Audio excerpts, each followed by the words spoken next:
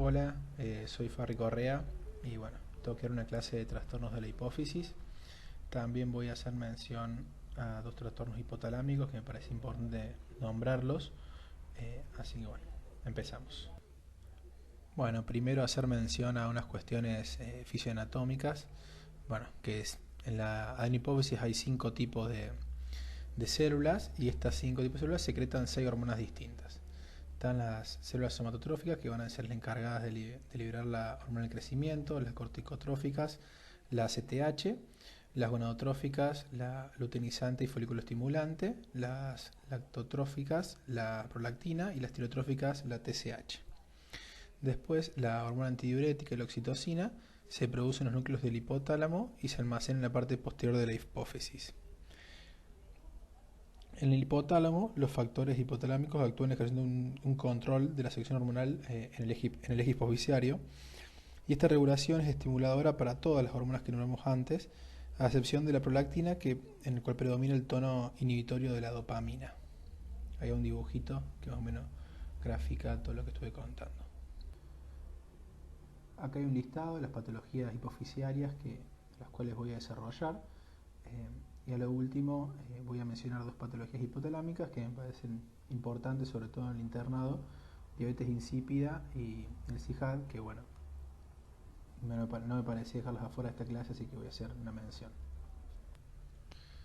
Bueno, vamos a hablar de hiperprolactinemia, quizá una de las entidades de las más prevalentes de este grupo de patologías, que está definida con valores de prolactina mayores a 20 nanogramos mililitros en hombres y mujeres posmenopáusicas y mayores a 30 en mujeres premenopáusicas. Por lo general, la normalidad está entre 5 a 20 nanogramos mililitros. La hiperprolactinemia va a dar síntomas típicos en hombres y mujeres premenopáusicas, no así tanto en mujeres posmenopáusicas.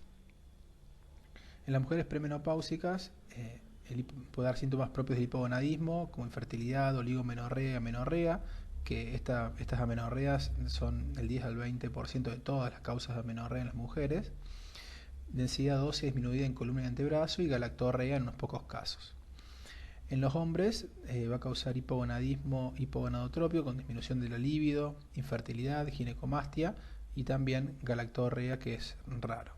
En las mujeres posmenopáusicas no va a causar síntomas, a menos que este adenoma lactótrofo sea lo suficientemente grande como para causar síntomas por compresión, como cefalea o visión borrosa. Cuando nos encontremos frente a un paciente o una paciente que tenga hiperprolactinemia, tenemos que buscar su causa, empezando como con toda patología, con la anamnesis. Tenemos que averiguar sobre el embarazo y medicamentos que puedan llegar a causar hiperprolactinemia, como son el estrógeno, risperidona, el Reliberan, antidepresivos, cimetidina, metildopio y verapamilo. La mayoría de estos fármacos no provocan una elevación de más de 100 nanogramos mililitros, pero la risperidona particularmente puede provocar una elevación hasta 300 o hasta 400 nanogramos mililitros. También preguntar sobre dolor de cabeza, síntomas visuales, para saber si hay una masa que puede estar causando un síndrome quiasmático, o síntomas de hipotiroidismo e hipogonadismo y antecedentes de enfermedad renal. Por lo general, las concentraciones séricas de prolactina se elevan hasta 10 veces más de lo normal en pacientes que tienen enfermedad renal crónica terminal y que estén en diálisis. Y se debe realizar una resonancia de hipófisis con contraste en un paciente con cualquier grado de hiperprolactinemia para buscar una lesión masiva en esta región hipotalámico-hipofisiaria. Esta imagen se debe realizar, como dijimos, en todo paciente con hiperprolactinemia, a menos que esté tomando un medicamento que sabemos que causa elevación de prolactina o que tiene enfermedad renal crónica terminal. Si la resonancia magnética muestra una región hipotálamo hipofisiaria normal y no hay causas obvias de hiperprolactinemia, se establece el diagnóstico de hiperprolactinemia idiopática. En algunos pacientes este síndrome se debe a microadenomas que son demasiado pequeños para verse en este tipo de imágenes. En este cuadro se resumen las principales causas de hiperprolactinemia. Tenemos en casos fisiológicos, como el embarazo, por lo general no va a dar una prolactina mayor a 250 y la causa más frecuente de la población general. Después la lactancia, la estimulación de la pared torácica, el sueño y el estrés pueden causar aumento de prolactina. Después lesiones que produzcan compresión del tallo hipofisiario, tumores, craniofaringiomas, meningiomas, digerminomas, metástasis, silla turca vacía, hipofisitis linfocitaria, adenomas que compriman el tallo, granulomas, quistes de Rathke, radiaciones, traumatismos, entre otros, cirugía supracelular también. Después, en los casos que se produzca hipersecreción hipofisiaria por un adenoma, por ejemplo el prolactinoma, que por lo general suele relacionarse con el tamaño, y los valores por encima de 250 nuevos mililitros corresponden a macroprolactinomas. Después trastornos sistémicos como la enfermedad crónica que ya dijimos, la cirrosis hepática, el hipotiroidismo y crisis comiciales, y después los fármacos que ya mencionamos, los más importantes. Para el tratamiento de la hiperprolactinemia hay dos indicaciones principales, que son, uno, síntomas neurológicos por compresión de un adenoma lactótropo, y otros, síntomas de hipogonadismo, como oligomenorrea en las mujeres, disfunción eréctil en los hombres, infertilidad, osteoporosis, osteopenia y galactorrea.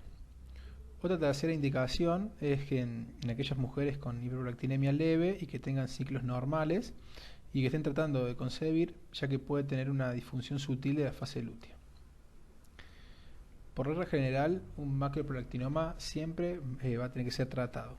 Por otro lado, los microprolactinomas, que son poco sintomáticos o asintomáticos, se pueden expectar. El 95% de estos no se agrandan durante 4 o 6 de observación, y también se tiene que tener la misma conducta en caso de hiperprolactinemias idiopáticas.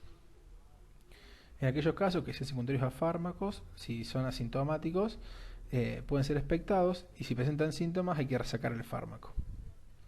Carbagolina es el fármaco de primera elección y bromocriptina de segunda elección.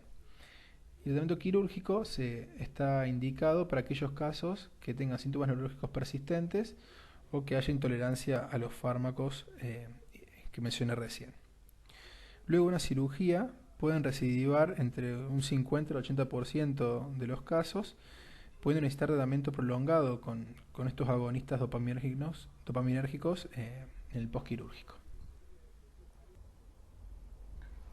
Para el exceso de la hormona de crecimiento tenemos dos entidades, la acromegalia y el gigantismo. La acromegalia es el síndrome clínico que resulta de la secreción excesiva de la hormona del crecimiento, pero cuando aparecen niños, antes de que cierren las epífisis, tenemos el gigantismo, donde hay un aumento del crecimiento lineal, ¿sí?, del niño. La incidencia anual de acromegalia es 6 a 8 por millón de personas, y la edad media del momento diagnóstico es entre 40 y 45 años. La causa más común es un adenoma somatótrofo.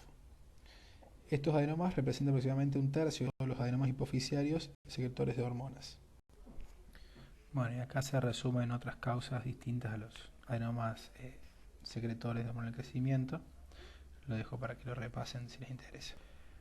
En cuanto a las manifestaciones clínicas, estos rasgos clínicos se atribuyen a las concentraciones séricas elevadas tanto de hormona del crecimiento como del factor del crecimiento similar a la insulina, que depende del hormona del crecimiento. Su inicio suele ser insidioso, con progresión muy lenta, digamos. El intervalo entre el inicio de los síntomas y el diagnóstico es de hasta de 12 años. Y ya en el momento del diagnóstico, la gran parte de estos pacientes tienen macroadenomas, lo que repercute con síntomas de compresivo. El 60% de estos pacientes tienen cefaleas y un 10% síntomas visuales. Y la tasa de mortalidad de estos pacientes está aumentada y se debe principalmente a enfermedades cardiovasculares, riesgo que se puede reducir mediante un estricto control bioquímico de esta enfermedad. Acá tenemos los que son los determinantes de supervivencia y las causas de muerte, un cuadrito del up-to-date, que determinantes de supervivencia, el último nivel de hormona de crecimiento conocido, si tiene o no hipertensión, si tiene enfermedad cardíaca, diabetes, y cuánto hace que tiene los síntomas. Y como dijimos antes, causa de la muerte, cardiovascular es la principal, que va en 38 y 62%, causas respiratorias 0,25% y malignidad del 9 al 25%. En esta diapositiva vamos a mencionar las características clínicas más relevantes de la acromegalia. Tenemos aquellos efectos directos del tumor hipofisiario. Algunos pacientes que tienen acromegalia y tumores grandes tienen síntomas debido a efectos compresivos, como dijimos en otras oportunidades, cefalea, alteraciones en el campo visual, que clásicamente da una mianopsia bitemporal y parálisis de pares craneales. También Un macroadenoma somatótrofo puede, debido a su tamaño, causar disminución de la secreción de las hormonas hipofisiarias, más comúnmente gonadotrofinas, por lo que muchas mujeres con acromegalia tienen disfunción menstrual con o sin galactorrea, y algunas tienen hasta sofocos y atrofia vaginal debido a la deficiencia de los estrógenos. Después, los efectos del exceso de la hormona del crecimiento y el factor de crecimiento similar a insulina. Vamos a tener hallazgos característicos como una mandíbula agrandada y manos y pies agrandados también. Los rasgos faciales se vuelven toscos, con agrandamiento de la nariz y los huesos frontales, y también va a haber aumento excesivo de los tejidos blandos, que va a dar macroglosia, una voz más grave, parestesias en manos por el síndrome de túnel carpiano, que se dan alrededor del 20% de los pacientes. Como dijimos anteriormente, el exceso de hormona del crecimiento en los niños provoca un aumento del crecimiento lineal y da como resultado un gigantismo hipofisiario. Pero en los adultos la acromegalia no te vuelve más alto. El tejido sinovial y el cartílago se agrandan y causa artropatías hipertróficas, tanto en rodillas, tobillos, caderas y columna y en algunas otras articulaciones. Y la densidad ósea puede aumentar tanto en la columna como en la cadera, y al menos que en las mujeres, no así en mujeres que tienen deficiencia de estrógenos, ¿sí? En un metaanálisis de 41 estudios se informó una alta prevalencia de fracturas vertebrales en pacientes con acromegalia activa. Puede haber visceromegalias, por ejemplo, como es el caso del hígado, pulmones, riñones, tiroides, corazón también. También enfermedades cardiovasculares que incluyen hipertensión, hipertrofia del VI y cardiomiopatía dilatada también. También la apnea obstructiva del sueño puede representar un factor de riesgo adicional a las complicaciones cardiovasculares que mencioné recién y dar un exceso en la mortalidad en este grupo de pacientes.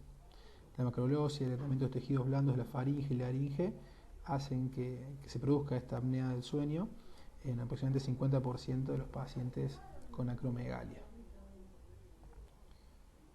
También se pueden producir trastornos metabólicos en casos donde la acromegalia no está controlada. Se suele asociar hiperinsulinismo con resistencia a la insulina y hasta diabetes manifiesta en un 10 al 15% de los casos. Y algunos pacientes pueden tener también hipertrigliceridemia o hipercalciuria. También se puede producir hiperfosfatemia, que se dan aproximadamente el 70% de este grupo de pacientes, y probablemente se deba a una estimulación directa de la resolución de los fosfatos en los túbulos renales por el factor de crecimiento similar a insulina. Después, efectos colónicos. Bueno, esta condición, la acromegalia, supone un mayor riesgo de cáncer de colon, como también de otras neoplasias. En los hombres, sobre todo, se asocia un aumento de la incidencia de tumores de estómago, esófago y melanoma, y en las mujeres hay un aumento de la frecuencia de cáncer de tiroides y leiomiomas. Y después, síntomas. Acá unas imágenes que grafican los efectos que mencioné a nivel, en manos, el prognatismo con la macroglosia y aumento de los tejidos blandos. Para el diagnóstico, una vez que sospechamos en un paciente que pueda tener acromegalia, debemos constatar un aumento del factor de crecimiento similar a insulina, sin ser necesario otra prueba de laboratorio o imágenes.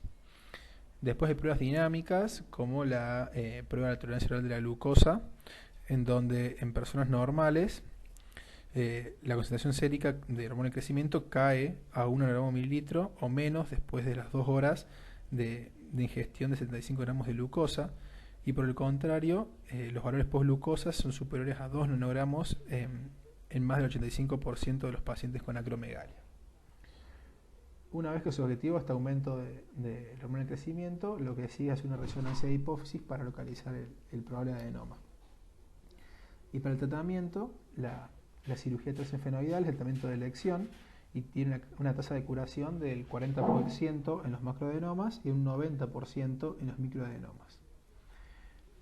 Como tratamiento médico, el tratamiento de elección son los análogos de somatostatina, que son capaces de normalizar las concentraciones de la hormona de crecimiento y del factor de crecimiento, y reducir el tamaño tumoral en la mitad de los casos de acromegalia. Acá les dejo un algoritmo diagnóstico por si lo quieren repasar desde la UpToDate. Ya pasando a otro tema, alteraciones de gonadotrofinas. Primero vamos a hablar de los tumores hipoficiarios secretores de gonadotrofinas, que estos suelen ser por lo general macroadenomas que producen habitualmente folículo estimulante o folículo estimulante junto al luteinizante, rara vez luteinizante sola. En la mayoría de los casos no produce una clínica derivada de la selección hormonal, lo que llamamos un adenoma hipoficiario clínicamente no funcionante,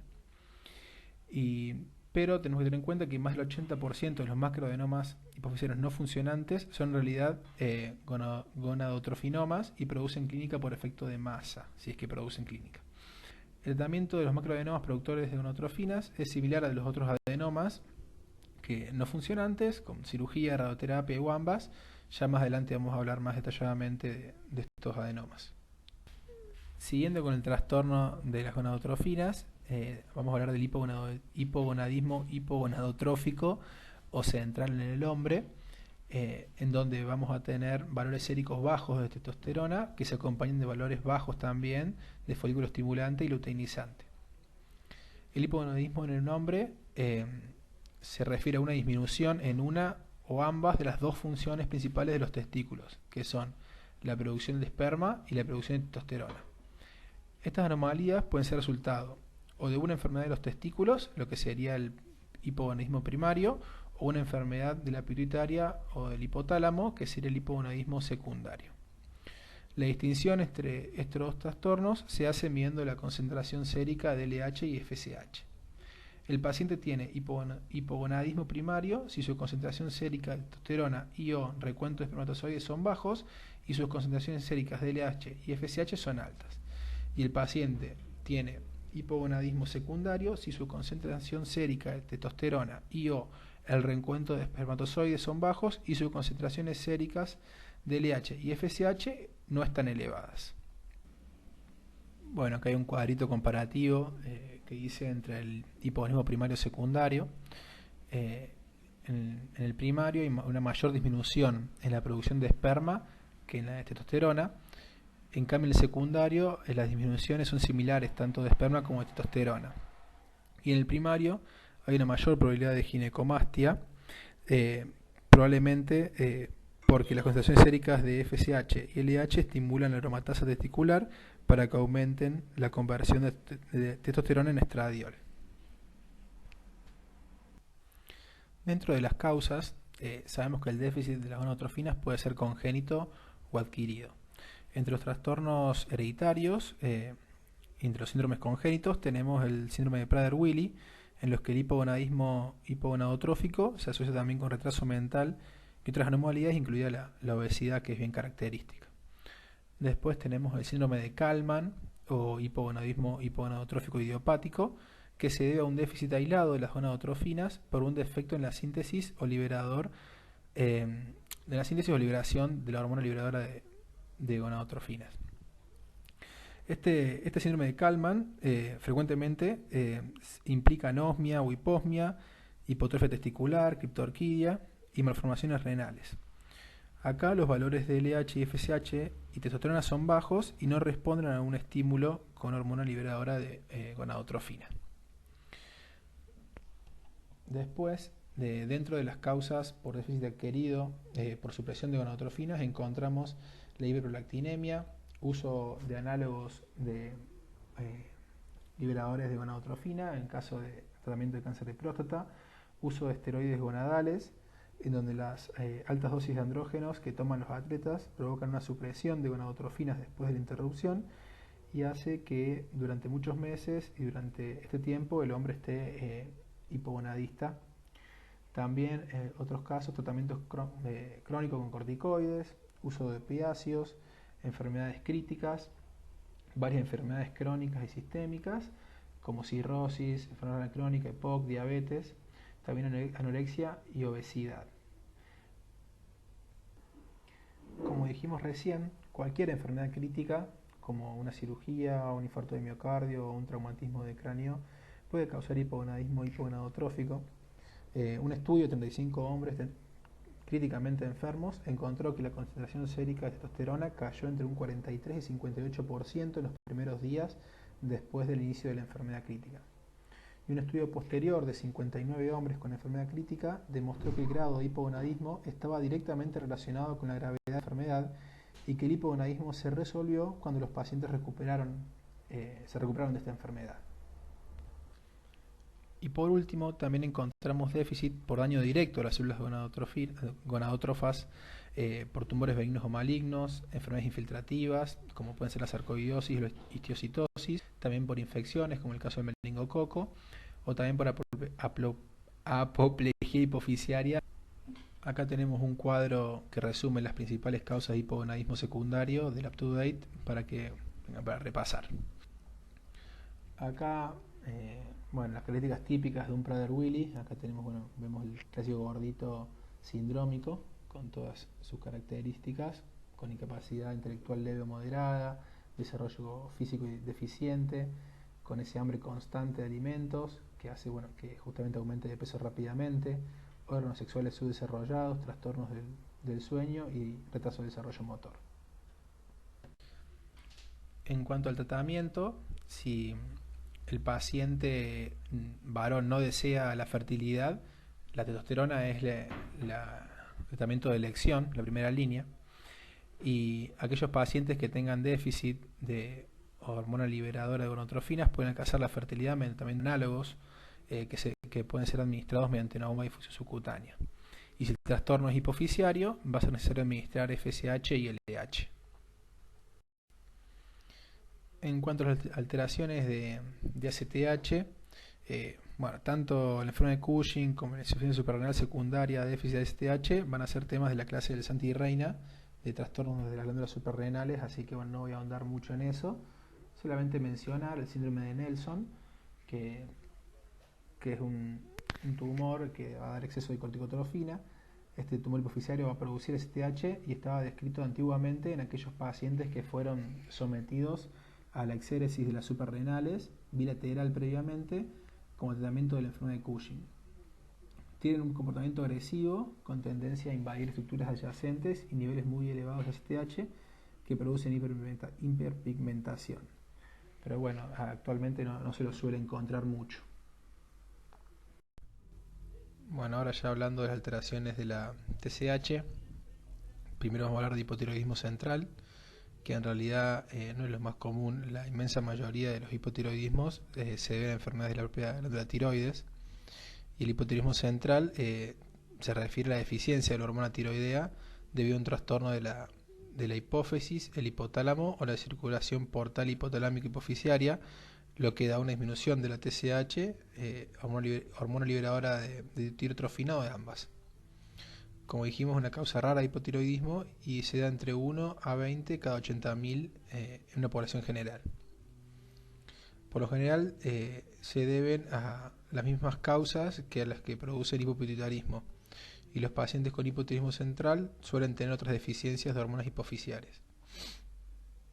Las lesiones de masa hipoficiaria, especialmente los adenomas hipoficiarios, son la principal causa de hipotiroidismo central.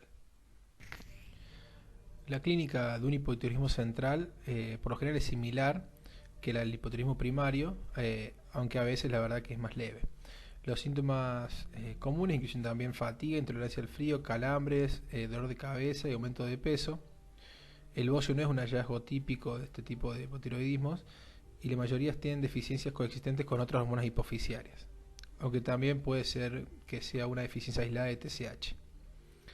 El diagnóstico se basa en la clínica y las pruebas de función tiroidea. Por lo general vamos a tener una T4 libre normal, normal baja o baja, y la TSH sérica puede estar francamente baja, puede estar inapropiadamente normal para lo que es la T4 baja, o ligeramente alta inclusive, de 5 a 10 unidades debido a la secreción de una sustancia biológicamente inactiva. Los pacientes que tengan evidencia bioquímica de un hipotiroidismo central, hay que hacer una resonancia de cerebro para evaluar justamente la región hipotalámica hipoficiaria. La mayoría de los pacientes con hipotiroidismo central tienen antecedentes de enfermedades hipotalámicas o pituitarias previas, irradiaciones craneales, enfermedades infiltrantes o traumatismos, con síntomas acompañantes de deficiencia o exceso de otras hormonas hipoficiarias, como dijimos recién. Acá les dejo un cuadrito comparativo de los distintos patrones de función tiroidea según distintas patologías, para que les repasen si les interesa. Para el tratamiento, primero antes de empezar cualquier terapia sustitutiva, tenemos que evaluar la función pituitaria adrenal mediante una prueba de estimulación con ACTH, porque si hay una insuficiencia suprarrenal tenemos que empezar tratamiento con corticoides en forma concomitante con T4 para evitar una crisis adrenal. El tratamiento sustitutivo es con T4, ¿sí? Es el tratamiento de elección, y también se debe comenzar con una dosis de levotiroxina basada en el peso a razón de 1,6 microgramos kilo, como el tratamiento de hipotiroidismo primario. Pero otro enfoque también puede ser iniciar con una dosis más baja y titular hasta un punto final ligeramente más alto que el valor promedio de T4 libre normal. La dosis se debe ajustar de acuerdo con los síntomas del paciente y los valores de T4 libre en suero, no a través de la TSH sérica como hacen en el tratamiento del hipotiroidismo primario. También tener en cuenta que los pacientes que tienen tumores hipoficiarios se puede revertir este cuadro a través de la cirugía y después monitorizar la función tiroidea 6 a 8 semanas después del procedimiento. Si ahí tenemos una TSH que previamente indetectable se vuelve detectable, se puede considerar disminuir la dosis de levotiroxina mientras se va monitorizando a T4 libre y el TSH intervalos de 4 a 6 semanas. Ahora vamos a hablar del hipotiroidismo hipoficiario por un adenoma secretor de TSH, que es una causa muy poco común de hipertiroidismo. Representa el 0,5 al 3% de todos los tumores hipoficiarios funcionales y es mucho menor del 1% de todos los casos de hipertiroidismo. Sin embargo, hay que considerar el diagnóstico en todos aquellos pacientes hipertiroideos, especialmente aquellos que tengan bocio difuso y que no tengan las manifestaciones extratiroideas de la enfermedad de Graves. La mayoría de estos pacientes tienen síntomas y signos típicos de hipertiroidismo como palpitaciones, temblores, intolerancia al calor, pero algunos pacientes tienen síntomas de hipertiroidismo leves o incluso nulos. Y también hay síntomas que no están relacionados con el hipertiroidismo, y esos son el bocio difuso, que es el 93%, defectos del campo visual en un 35%, trastornos menstruales en un 33%, galactorrea en mujeres un 28% y cefalea en un 21%. Y como dijimos antes, los signos característicos de la oftalmopatía de Graves está ausente. Para su diagnóstico también vamos a basarnos en la función tiroidea, en donde las anomalías bioquímicas características son concentraciones séricas normales o altas de TSH y concentraciones séricas altas de T4 y T3. También vamos a encontrar la subunidad alfa en un 50-85% de los pacientes que tengan adenomas hipoficiarios secretores de TSH, en particular los que tienen macroadenomas, en donde va a haber una alta concentración de esta subunidad alfa, como dije recién. En cuanto a las imágenes, el aspecto de la tiroides en ecografía y con yodo radioactivo es similar a la enfermedad de Graves, con agrandamiento homogéneo difuso, captación de yodo radioactivo normal o alto, aumento del flujo Doppler, y en la resonancia se va a ver más a menudo un macroadenoma que un microadenoma y algunas son localmente invasivas. La gammagrafía con ocrótide puede mostrar una captación focal en hipófisis. Y el principal diagnóstico principal se plantea con la resistencia a las hormonas tiroideas, en la que clínicamente solo se diferencia porque en la resistencia de las hormonas el tumor hipoficiario va a estar ausente, digamos, va a haber un aumento de la subunidad alfa que no está presente en la resistencia de las hormonas tiroideas, y el aumento de la TSH entre el estímulo con TRH va a ser positivo en el caso de resistencia a las hormonas tiroideas, y va a ser menos frecuente esto en los macroadenomas. Para tratar estos hipertiroidismos debido a estos adenomas productores, el tratamiento inicial es el uso de análogos de la somatostatina y intentar restaurar el eutiroidismo. Una vez que logramos esto, el tratamiento de elección es la resección transefenoidal del tumor para aquellos pacientes que tienen estos adenomas. La mayoría de los pacientes que tienen microadenomas menores de 10 milímetros van a ser curados. Aproximadamente la mitad de los pacientes que tienen macroadenomas van a tener que hacer una terapia adicional para tratar la enfermedad residual. Bueno, ya entrando en otro tema, los adenomas hipoficiarios no funcionantes. Los adenomas hipoficiarios se clasifican primero por su célula de origen, pueden ser lactótrofos, gonadótrofos, somatótrofos, corticótrofos y tirotrofos, y por su tamaño en micro o macroadenomas. La mayoría de los adenomas, en un 65 a 70%, secretan una cantidad excesiva de hormonas que incluyen prolactina, hormona del crecimiento, ACTH o TSH. Después hay adenomas somatótrofos y lactótrofos y corticotropos también, que son clínicamente no funcionantes, aunque son menos frecuentes. Luego el 25 al 35% de todos los adenomas hipofisarios son clínicamente no funcionantes. Y de estos, el 70-90% provienen de gonadotrofinas. Se cree que los adenomas gonadotropos son más comunes en hombres mayores de 50 años y menos comunes en mujeres de edad similar, pero en realidad esto puede deberse para la dificultad en reconocer a los adenomas gonadotropos en esta población, digamos. Es poco probable que las gonadotrofinas séricas altas levanten sospechas de un adenoma de gonadotrofinas en una mujer mayor de 50 años, ya que es probable que tenga concentraciones basales de gonadotrofinas séricas elevadas por la menopausia normal, digamos. Por lo general, los adenomas hipofisarios no funcionales son difíciles de reconocer clínicamente hasta que adquieren un tamaño suficientemente grande como para dar síntomas debido al efecto de masa que provocan. Y hay tres presentaciones clínicas clásicas.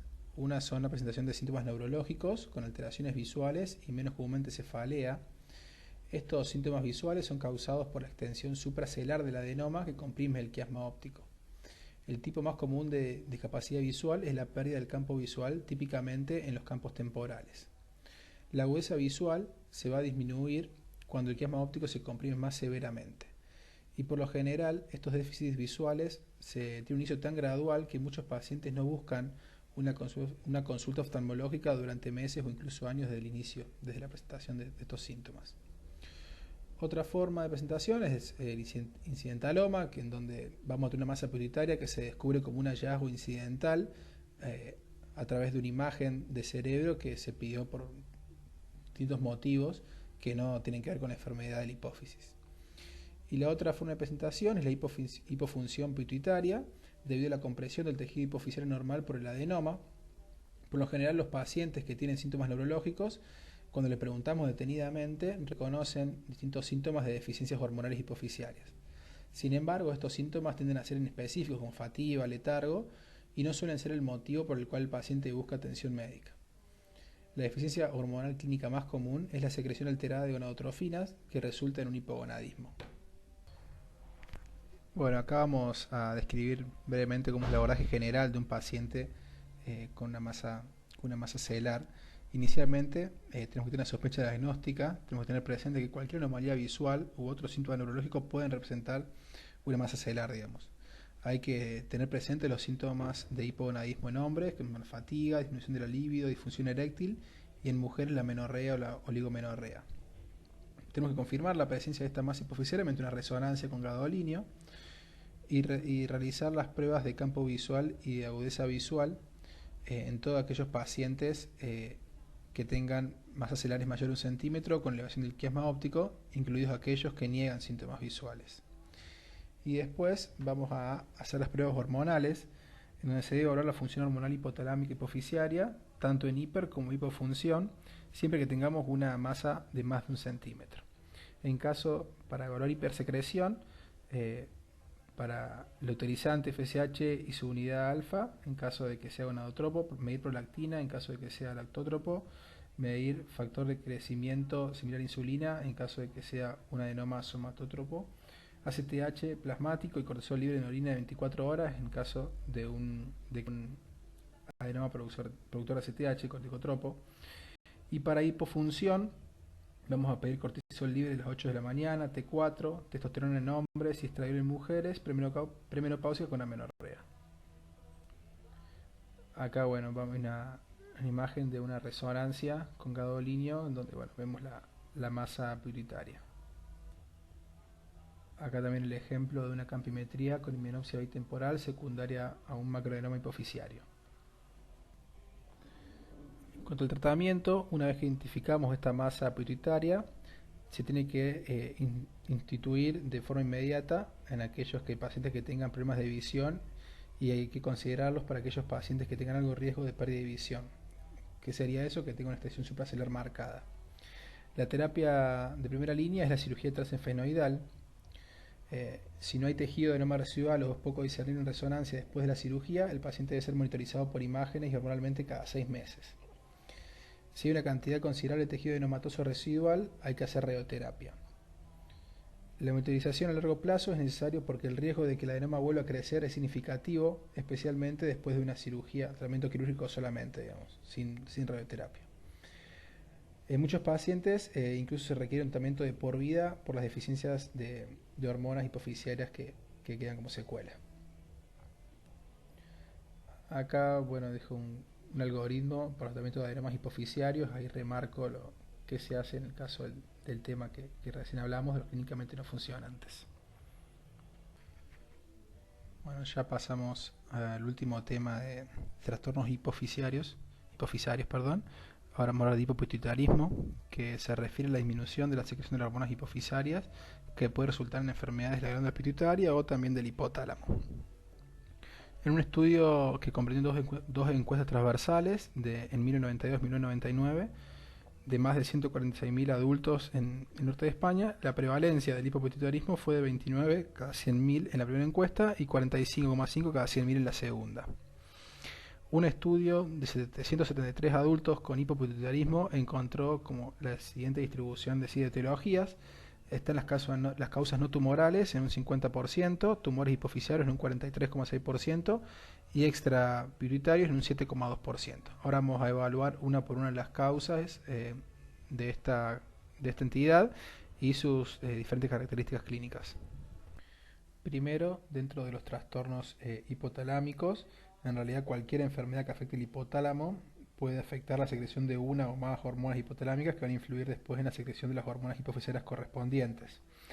Y a diferencia de las enfermedades que involucran directamente la hipófisis, cualquiera de estas afecciones que vamos a nombrar ahora también puede disminuir la secreción de la vasopresina, lo que va a hacer que resulte en una diabetes insípida. Primero, bueno, los tumores, craniofaringiomas o tumores malignos que hacen metástasis a este nivel, como puede ser el caso de cáncer de mama o pulmón, la radioterapia, los trastornos infiltrativos como la sarcoidosis y la histocitosis de células de Langerhans puede causar deficiencias de la hipófisis anterior y la diabetes insípida también, que como dijimos recién. El hipopituitarismo también puede seguir a la meningitis, que puede estar causado por muchos diferentes agentes infecciosos como la tuberculosis, la cándida, el hantavirus, y es más probable que se den pacientes inmunocomprometidos, como el caso de pacientes VIH o que están con corticoides a dosis alta en forma crónica. También el traumatismo de cráneo y tanto el ACV isquémico como la hemorragia subarachnoidea pueden asociarse con disfunción hipofisaria, aunque en realidad es con baja frecuencia.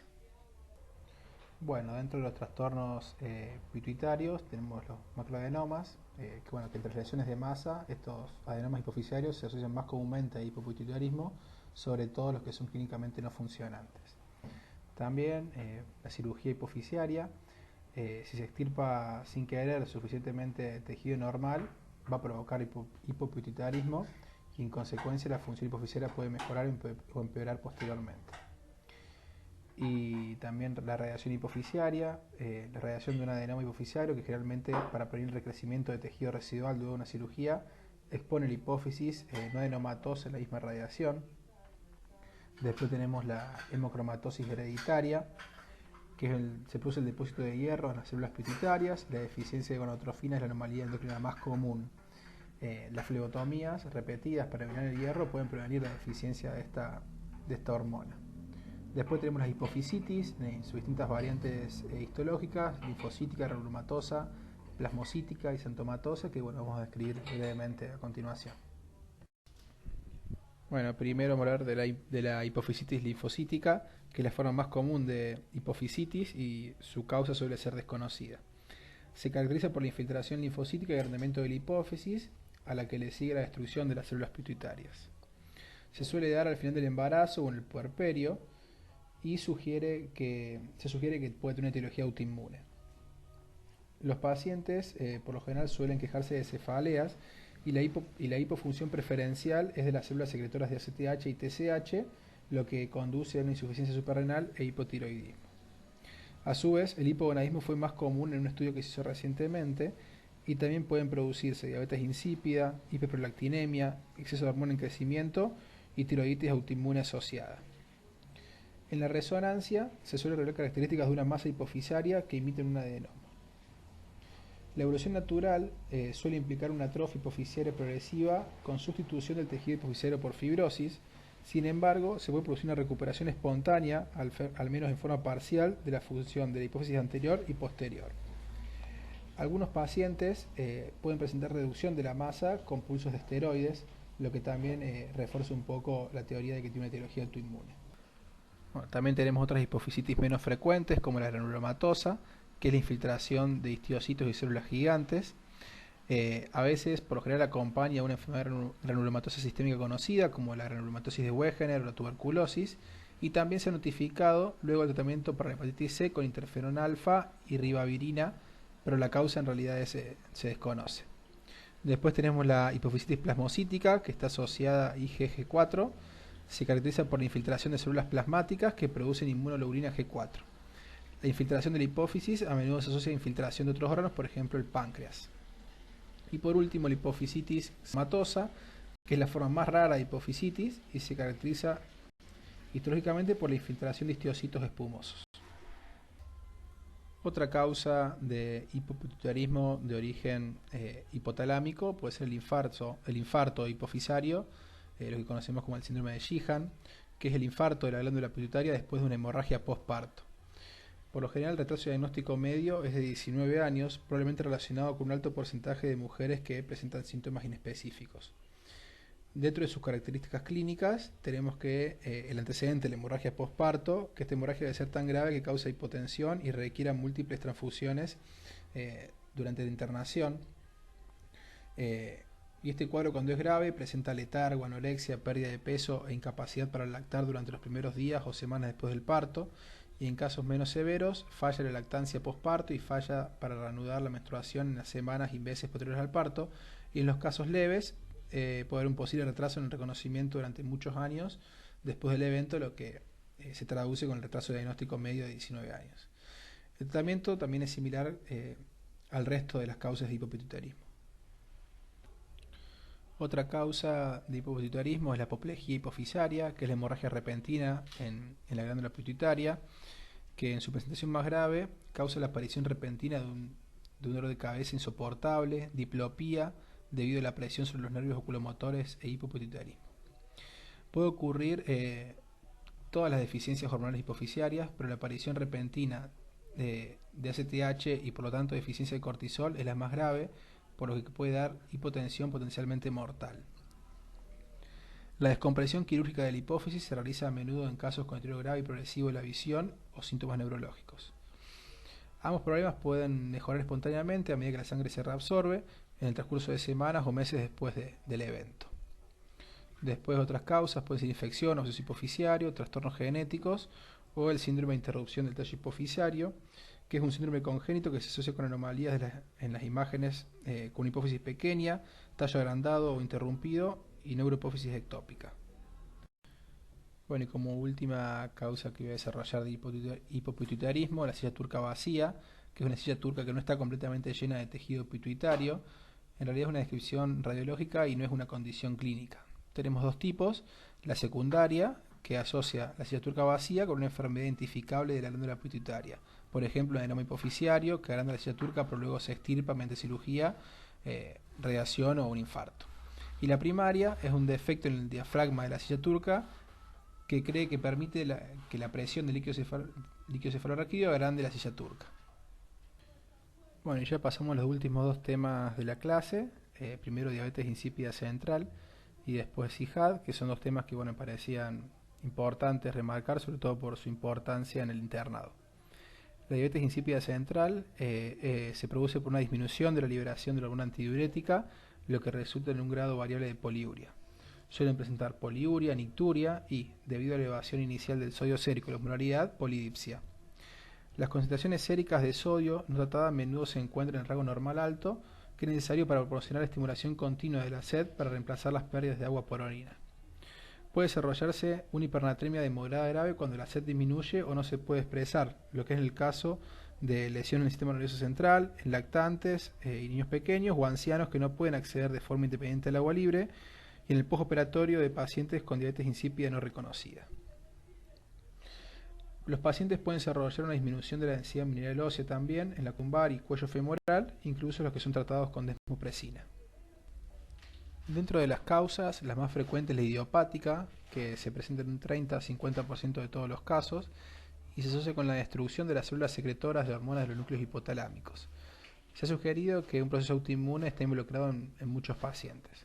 Después tenemos la diabetes insípida familiar o congénita, que por ejemplo como entidad congénita tenemos el síndrome de Wolfram, que es un síndrome que se caracteriza por la diabetes insípida, diabetes mellitus, atrofia óptica y sordera, con problemas cognitivos y psiquiátricos que pueden aparecer más tardíamente.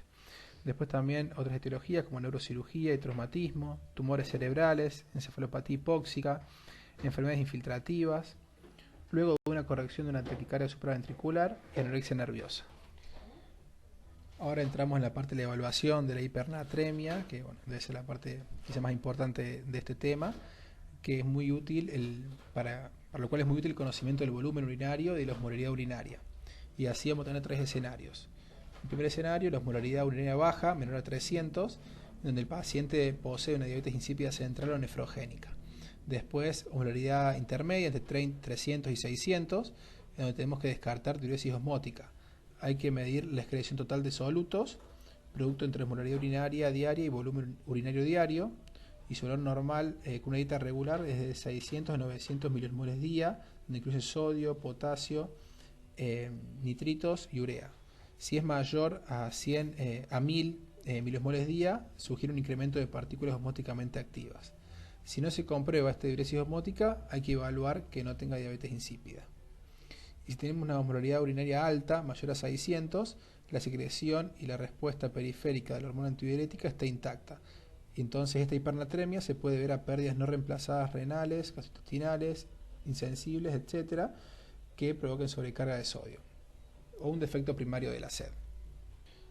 Aquellos pacientes que tengan poliuria y la osmolaridad urinaria baja se deben someter a una prueba de restricción hídrica y, si es necesario, administración de desmopresina para diferenciar una polidipsia primaria de una diabetes insípida y también para distinguir de qué tipo de diabetes insípida se trata. Aquellos pacientes que tengan una osmolaridad urinaria mayor a 100 se pueden someter con seguridad a la restricción de líquidos durante la noche y ser evaluados en la mañana siguiente. Aquellas personas que tengan una poliuria grave con una osmolaridad urinaria menor a 100 no se deben someter a una restricción de agua durante la noche, sino más bien hay que abstenerse de tomar líquidos durante 2 a 3 horas y después evaluar. Si la osmolaridad urinaria ha alcanzado un valor claramente normal, o sea por encima de 700, indica que tanto la liberación de hormona antidiurética como el efecto están intactos y el diagnóstico es polidipsia primaria. Si la osmolaridad urinaria es menor a 700, la osmolaridad plasmática excede se excede de 295 a 300 y el sodio plasmático es de 145 o más, debemos administrar desmopresina y evaluar el resultado. Si la osmolaridad urinaria se normaliza, estamos frente a una diabetes insípida central. Bueno, y para el tratamiento debemos plantearnos distintos objetivos. El objetivo inicial es reducir la nicturia, para que el paciente pueda dormir bien y mediante la administración de desmopresina a la hora de acostarse, que es el tratamiento de elección para la diabetes insípida central. Y una vez que logramos este primer objetivo, tenemos que tratar de controlar en forma parcial la diuresis durante el día, ya que el control completo puede conducir a una retención de agua e hiponatremia. Para la dosificación de la desmopresina, tenemos que saber que es un proceso empírico, y por lo general la hiponatremia se puede evitar administrando la dosis mínima de desmopresina necesaria para controlar la poliuria.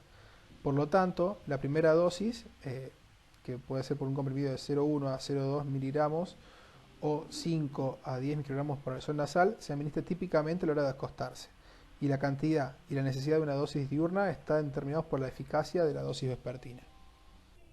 Y para finalizar, el síndrome de secreción inadecuada de hormona antidiurética, que es un trastorno de la excreción de agua causado por la incapacidad de suprimir la secreción de la hormona antidiurética.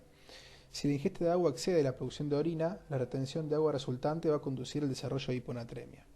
Tenemos que sospecharlo en cualquier paciente que tenga hiponatremia, hipoosmolaridad y osmolaridad urinaria superior a 100 miliosmoles por kilo. La concentración de sodio en orina suele estar por encima de 40 microlibantes litro, la concentración del potasio sérico suele ser normal y no hay alteración ácido-base, y la concentración sérica del ácido úrico es con frecuencia baja. Las etiologías son varias y vamos a tratar de enumerar las más importantes. Tenemos alteraciones del sistema nervioso central, como ACV, hemorragias, infecciones, traumatismos y psicosis, neoplasias, donde bueno, lo más característico es el carcinoma de células pequeñas del pulmón. Los procedimientos quirúrgicos a menudo se asocian a esta hipersecreción de hormona antidiurética, una respuesta que probablemente esté mediada por aferentes del dolor. También bueno, la hiponatremia puede ser una complicación tardía, frecuente de una cirugía transfenoidal, lo que se produce en un 21-35% de estos casos. Enfermedades pulmonares, particularmente neumonía, y rara vez se puede observar una respuesta similar en pacientes con asma, atelectasias, insuficiencia respiratoria aguda y neumotórax. Hormonal, como el hipotiroidismo, hipopituitarismo, también puede provocarlo. Administración de hormonas, como la vasopresina, la desmopresina, oxitocina, pacientes VIH, algunos fármacos. En la diapositiva siguiente voy a mostrar un cuadrito que grafica este tipo de fármacos. Puede ser hereditaria o también idiopática. Bueno, en este cuadrito up to date nombra los fármacos más importantes que se asocian con CIJAD. Tenemos bueno, antidepresivos, anticonvulsivantes, antipsicóticos, algunas drogas quimioterápicas, algunos fármacos antidiabéticos y otros como que usamos mucho y tenemos que tener en cuenta, como los opiáceos, también como la amidarona, entre otros, y inhibidores de bomba de protones. Tenemos que tener en cuenta que es un diagnóstico de exclusión, en los cuales vamos a tener rasgos esenciales y otros suplementarios. Dentro de los rasgos esenciales tenemos que tener una osmolaridad plasmática efectiva menor a 275 y una urinaria mayor a 100 durante la hipotonicidad, que el paciente estará eubolémico, sin signos de sobrecarga y sin signos de depresión de volumen, que tenga un suelo urinario mayor a 40, una función tiroidea y adrenal normal y que no haya usado diuréticos recientemente. Y después como complementarios, un ácido úrico en plasma menor a 4, BUN también debajo de 10 miligramos de cilitro, un FeNA mayor a 1 o un Fe de urea mayor a 55, que haya un fallo en la corrección de la hiponatremia luego de administrar fluidos, que se corrija la hiponatremia con restricción hídrica y que los niveles de ADH estén elevados en plasma a pesar de hipotonicidad y eubolemia. Para su tratamiento hay tres componentes principales. Uno es el tratamiento de la enfermedad subyacente, si es posible, la terapia inicial para aumentar el sodio sérico y después la terapia prolongada en pacientes con CIJAD persistente. Primero, para aumentar el sodio sérico, el pilar de la terapia es la restricción hídrica, donde vamos a tener una ingesta objetivo de menos de 800 mililitros día. Después, si esto no ayuda, la solución salina hipertónica endovenosa, en caso de hiponatremia severa, sintomático, resistente en pacientes con CIJAD, a menudo requiere esta administración de estas preparaciones que la tenemos a mano en la guía del internado. También ingesta alta de solutos, sales de sodio, sales de urea, ya que en individuos normales la producción de orina está determinada principalmente por ingesta de líquidos, pero en casos donde la osmolaridad urinaria es fija, como en el caso de CIJAD, la producción de orina está determinada por la ingesta y posterior excreción urinaria de solutos, principalmente de sodio de urea, por lo cual tenemos que usar estas sales. El efecto de las tabletas de sal se puede mejorar si se administra un diurético de asa que reduce la osmolaridad de la orina y aumenta la excreción de agua. Y después, para el tratamiento crónico, tenemos antagonistas de receptor de vasopresina que produce una diuresis selectiva del agua sin afectar la excreción de sodio y potasio. La consiguiente pérdida de agua libre de electrolitos tenderá a elevar el sodio sérico en pacientes con un CIJAD y puede mejorar el estado mental en pacientes con un sodio sérico inferior a 130. Algunas preparaciones pueden ser tolvaptán, mozavaptán, satavaptán y conivaptán. Bueno, y un apartado muy importante es la tasa de corrección de esta hiponatremia. En pacientes hospitalizados, la gravedad de los síntomas neurológicos que presenta atribuibles a hiponatremia determina la tasa inicial de corrección. Para síntomas neurológicos graves, que se presentan principalmente con reducciones agudas y marcadas del sodio sérico por debajo de 120, requiere una corrección inicial rápida, a menudo con la solución salina hipertónica. Sin embargo, tenemos que evitar, como dijimos, una corrección demasiado rápida, ya que puede llevar a la desmineralización osmótica pontina. La mayoría de los pacientes con CIJAD e hiponatremia crónica moderada, que sea entre 120 a 129, y están asintomáticos, se recomienda una corrección lenta de la hiponatremia con la restricción hídrica. La tasa de corrección de la hiponatremia crónica debe ser a 8 miliequivalentes litro en cualquier periodo de 24 horas.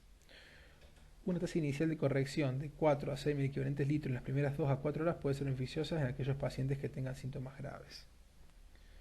Bueno, acá la verdad que bueno, es un cuadrito que resume el tratamiento inicial de la hiponatremia moderada grave del UpToDate. Está bastante difícil leerlo, pero bueno, no lo pude achicar. Bueno, esto fue todo. Perdón por los trabalenguas que armé, digamos. Se me complicó algunos términos. Espero que se entienda. Chao.